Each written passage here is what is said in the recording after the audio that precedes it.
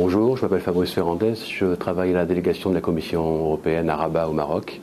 depuis 2007 et donc je suis en charge entre autres du suivi de programmes d'appui budgétaire pour la réforme de l'administration publique ainsi que pour la réforme de la fiscalité.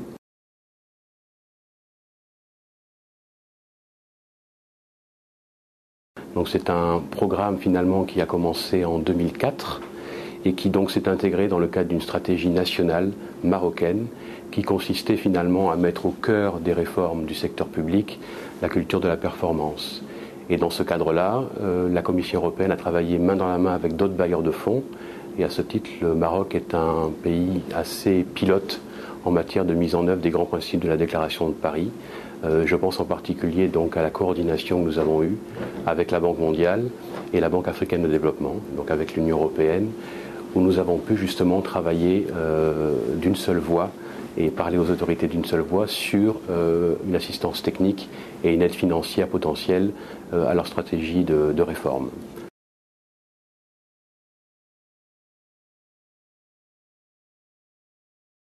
Donc plus spécifiquement, ce programme de réforme de l'administration publique a débuté en 2004 et s'orientait sur trois grands volets. D'une part, donc, la réforme des modes de gestion budgétaire au sein de l'administration publique. Ensuite, la réforme de la gestion des ressources humaines. Et le troisième volet consistait justement à essayer d'aborder une meilleure gestion et un meilleur contrôle de la masse salariale. Tout ceci devant concourir à essayer de renforcer la situation macroéconomique du Maroc. Le Maroc, il faut le savoir, est un pays qui, depuis donc, les années 90, a mis en place un ajustement structurel conséquent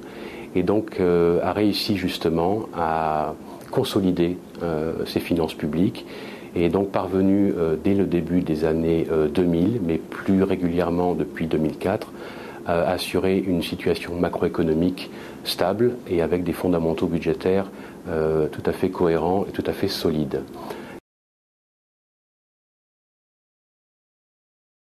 Il était tout à fait normal justement que la Commission européenne appuie les efforts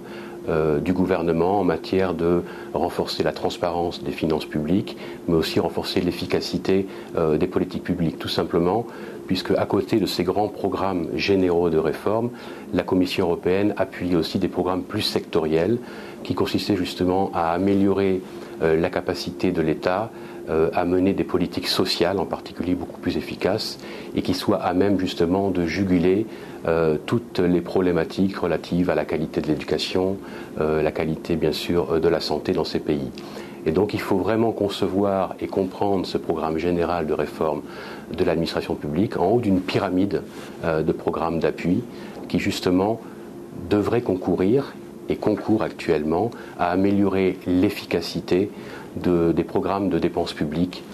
du pays et du gouvernement en particulier. La Commission européenne a débuté son dialogue avec les autorités marocaines en cohérence aussi avec les autres bailleurs de fonds, la Banque mondiale et la Banque africaine de développement. Et l'objectif de ce dialogue était essentiellement, d'une part, d'identifier les grands besoins de diagnostic pour essayer justement de bien identifier les principales faiblesses de l'administration publique marocaine en matière justement de gestion managériale et de gestion financière. Et donc il a fallu justement tout un travail d'études, de diagnostic pour essayer justement d'en tirer des éléments de réforme et donc des grands axes de réforme. Et donc il a fallu aussi faire appel à une assistance technique de très haute qualité pour pouvoir justement aider et accompagner les autorités marocaines dans le diagnostic justement des grands processus qui gouvernent justement l'administration publique.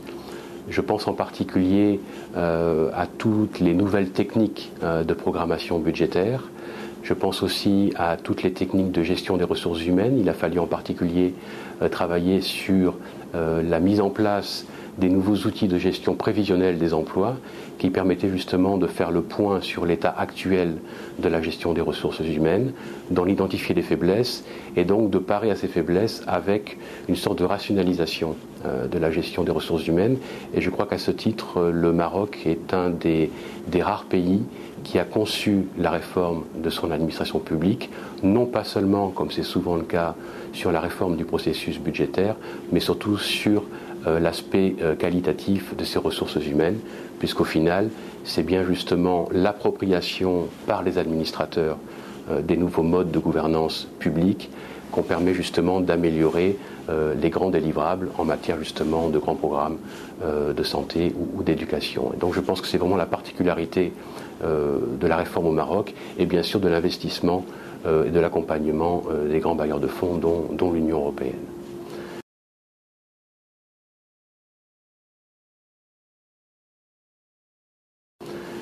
Je pense ensuite, bien sûr, à l'approche spécifique qui a eu lieu au Maroc comparé à d'autres pays, en particulier en matière de réforme du processus budgétaire, puisque finalement le Maroc avait choisi une approche extrêmement pragmatique, à savoir une approche par pilote, et donc les nouvelles techniques, disons, de management en matière de ressources humaines ou en matière de ressources budgétaires ont été mises en place progressivement sous forme de manuels, par exemple, pour développer, je pense spécifiquement à un nouveau contrôle, donc de renforcer beaucoup plus la responsabilisation des gestionnaires, d'éviter de trop se focaliser sur un contrôle des dépenses publiques ex ante et d'aller plutôt vers un contrôle des dépenses publiques ex post, et donc de développer aussi des nouveaux types d'audits et de contrôle qui se focaliseront beaucoup plus sur les résultats et beaucoup moins sur les procédures ex ante. Alors bien sûr, ça demande aussi une grande responsabilisation de la part des gestionnaires et donc des programmes de formation importants. Et à ce titre, l'Union européenne, comme la Banque mondiale et la Banque africaine de développement, ont essayé justement d'assister le gouvernement marocain pour mettre en place justement tous ces manuels techniques qui étaient décidés justement en commun et en commun accord avec non seulement les grands ministères, mais aussi donc les grands experts de la part des bailleurs de fonds. Et il faut dire à ce titre que nous avons eu une très bonne expérience en matière de mobilisation d'expertise provenant des milieux universitaires, par exemple. L'idée étant de se focaliser d'abord sur donc, le diagnostic, puis la conceptualisation de la réforme et ensuite l'opérationnalisation de la réforme. Et nous sommes arrivés récemment à un stade au Maroc où, suite à cette approche pragmatique de programme pilote, de développement de nouveaux outils, en particulier dans le cadre de la réforme de la gestion budgétaire, nous sommes arrivés à un point où le gouvernement a accepté de réformer, en tout cas de réfléchir à la réforme de sa loi organique des finances, afin de normaliser justement tous ces nouveaux outils et tous ces nouveaux projets pilotes dans un cadre normatif cohérent et législatif. Alors c'est un pas très important pour le Maroc. Il faut savoir que la dernière loi organique datait de 1998, donc ce qui est une loi organique relativement jeune, mais disons que les efforts de réforme ont été tels en 10 ans que finalement cette loi organique se retrouve caduque et qu'il faut donc penser justement à la réformer. Et c'est vrai qu'à ce moment-là, l'intérêt de ce genre de programme est que l'on rentre dans le champ politique, puisque qui dit loi organique dit aussi validation par le Parlement, ce qui permet justement d'assurer une grande transparence des réformes qui ont été mises en œuvre depuis donc les années 2000-2001 et surtout qui permettent de légitimiser politiquement ces processus de réforme avec à la clé bien sûr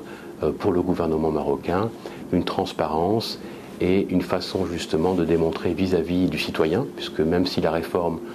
consistait essentiellement à se focaliser sur la sphère des administrateurs, il était important bien sûr de commencer à s'ouvrir vers la sphère des citoyens et des administrés.